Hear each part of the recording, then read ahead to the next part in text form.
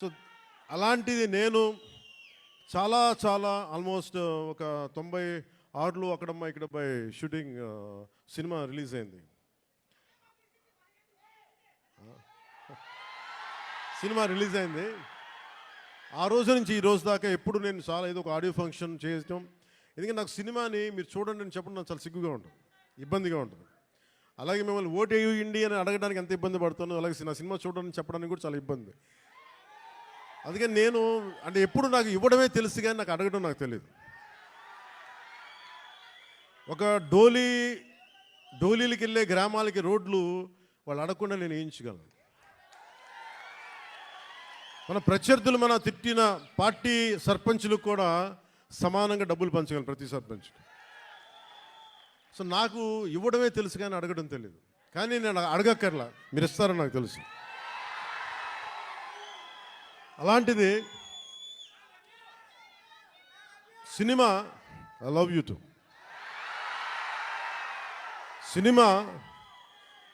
Cinema ఎంత బలమైందంటే, అంటే నేను మీతోటి ఎందుకు పంచుకుంటున్నానంటే, ఇది సార్ మీరంతా కాళ్ళు నింపేసి కొంచెం ఎక్కువసేపు మాట్లాడతాను మా వాళ్ళతో, కొంచెం చైర్స్ వేయకూడదు, చైర్స్ వేయండి పాపం. ప్రతిసారి నేను మాట్లాడుతూ ఉంటే నలిగిపోతూ ఉంటే కొంచెం ప్రశాంతంగా కూర్చుంటాను. కొంచెం చైర్స్ ఉన్నాయా? కొంచెం చైర్స్ వేయించండి. నుంచోవాలా? కాదు, నేను కాదు, వాళ్ళు.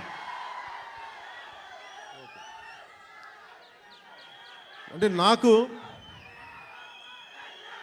విశాఖపట్నం సత్యానంద్ గారు నన్ను ఇక్కడికి తీసుకొచ్చినప్పుడు నాకు యాక్టింగ్ అంటే తెలియదు, యాక్టింగ్ ఓనామాలు తెలియదు. మీరు అలసిపోయిన తర్వాత మాట్లాడతాం, మీరు అరవై ఎంతసేపు అరుస్తాం. ఈ అరుపులు, ఈ ఉత్సాహం రేపు సినిమాలకు ఉంచుకోండి, మొత్తం అలసిపోతాం.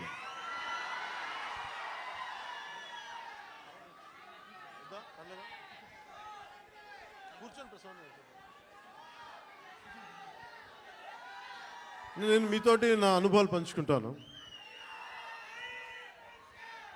అంటే నేను మీరు ఇప్పుడులా కనిపించే సత్యానంద్ గారు నాకు పరిచయం అయ్యే టైంకి నాకు బయటికి 10 మంది మధ్యలోకి రావాలంటే చాలా ఇబ్బంది ఉండేది.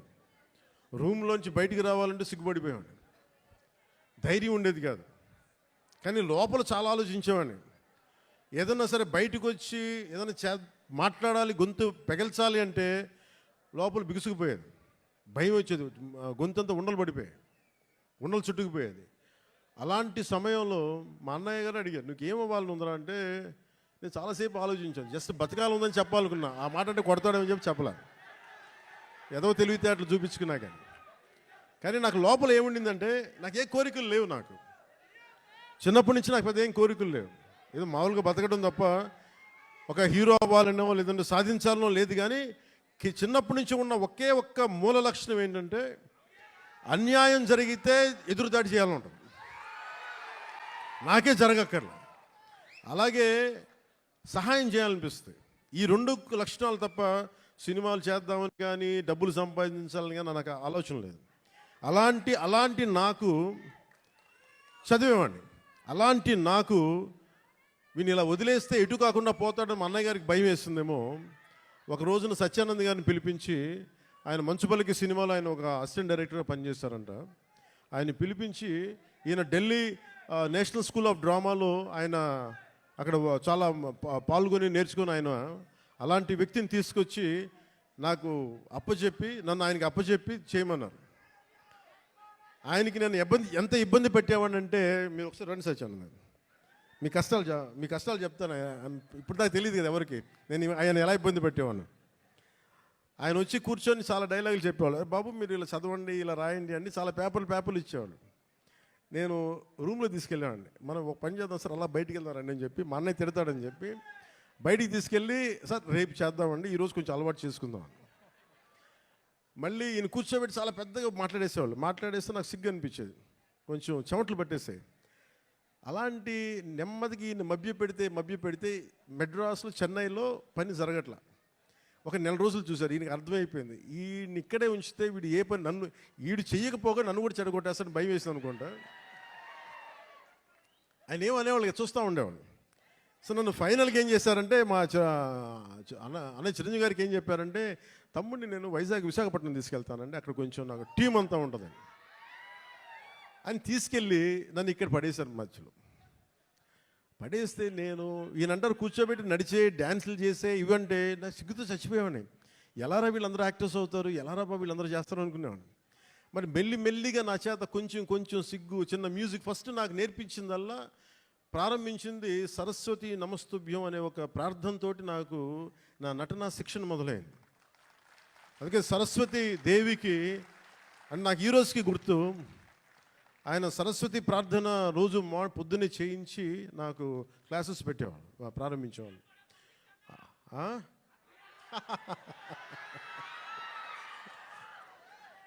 అలాగే ఆయన అలా స్టార్ట్ చేసి నాకు ముందు ఆటపాట చెప్పారు, మన ఉత్తరాంధ్ర ఆటపాట. అవి నాకు చాలా ఇంట్రెస్ట్ వచ్చింది.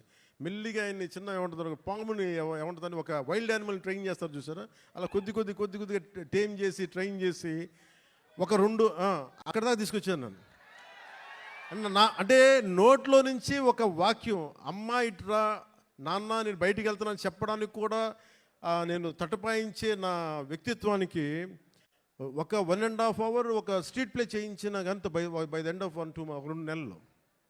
సో నన్ను అంత ట్రైన్ చేసి నేను నేర్చుకున్నది ఏంటంటే, నటన నేర్చుకోలేదు ఈయన దగ్గర, ధైర్యాన్ని నేర్చుకున్నాను ఈయన దగ్గర. అంటే నీకు ఏదైనా ఒక అభిప్రాయం ఉన్నప్పుడు నిర్భయంగా చెప్పడం చేసుకో. ఏమవుతావు, మహా అయితే ఫెయిల్ అవుతావు, ఏమవుతుందని. నాకు ఎందుకు ఆయన పాదాలకి ఈరోజు ఎప్పుడు నాకు అనిపించిన ఎందుకు ఇష్టం అని నమస్కారం పెడతానంటే, నాకు ధైర్యాన్ని నాకు పరిచయం చేసిన వ్యక్తి ఆయన. అంటే నీకు అభిప్రాయాలు 100 ఉండొచ్చు, లోపల భావాలు 1,00,000 ఉండొచ్చు, కానీ వాటి మీద నువ్వు ముందుకొచ్చి దాన్ని యాక్ట్ చేయకపోతే ఏం అవ్వదు అనేది నాకు ఆయన నోటితో చెప్పాల, ఆ ట్రైనింగ్ ద్వారా చెప్పారు. నేను అప్పుడు అనుకో నువ్వు యాక్టింగ్ నాకు యాక్టింగ్ అని నేను నేర్చుకోలేదు, నాకు జీవిత పాఠాలు నేర్పారు నా గురువు ఆయన. సో చిరంజీవి గారికి నేను ఏం చెప్పానంటే, 1 సంవత్సరం తర్వాత, అన్నయ్య మీరు ఇప్పుడు సినిమా తీగిపోయినా పర్లేదు కానీ నాకు జీవితంలో బతికే శక్తిని ఇచ్చేవి ట్రైనింగ్ వల్ల. నేను ఏ కూలి పని చేసుకునే బతికేస్తాను తప్ప నాకు యాక్టరే అవ్వాలని లేదు, నాకు చాలా సంతోషం. ఆ తర్వాత అక్కడమ్మా ఇక్కడమ్మా నన్ను తీసుకొచ్చారు.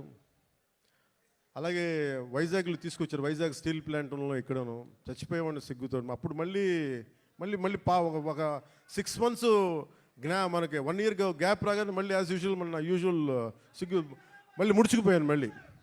అలాంటిది నన్ను గోకులం సీత చేశాను, తర్వాత సుస్వాగతం చేశాను. నాకు ప్రత్యేకించి విశాఖపట్నానికి ప్రత్యేకమైన అనుభవం ఏంటంటే, నాకు భీమిలిలో మాకు తెలిసిన వాళ్ళకి ఒక గెస్ట్ హౌస్ ఉండేది, నన్ను అక్కడ ట్రైనింగ్ చేసేవారు వీళ్ళందరూ. సో నాకు అందుకు భీమిలి కానీ మన ప్రాంతాలు కానీ మన సర్క్యూట్ గెస్ట్ హౌస్ మనం ప్రాక్టీస్ చేసేదాన్ని ఒక సంగం శరత్ ఓనర్స్ గెస్ట్ హౌస్ ఒకటి ఉండేది.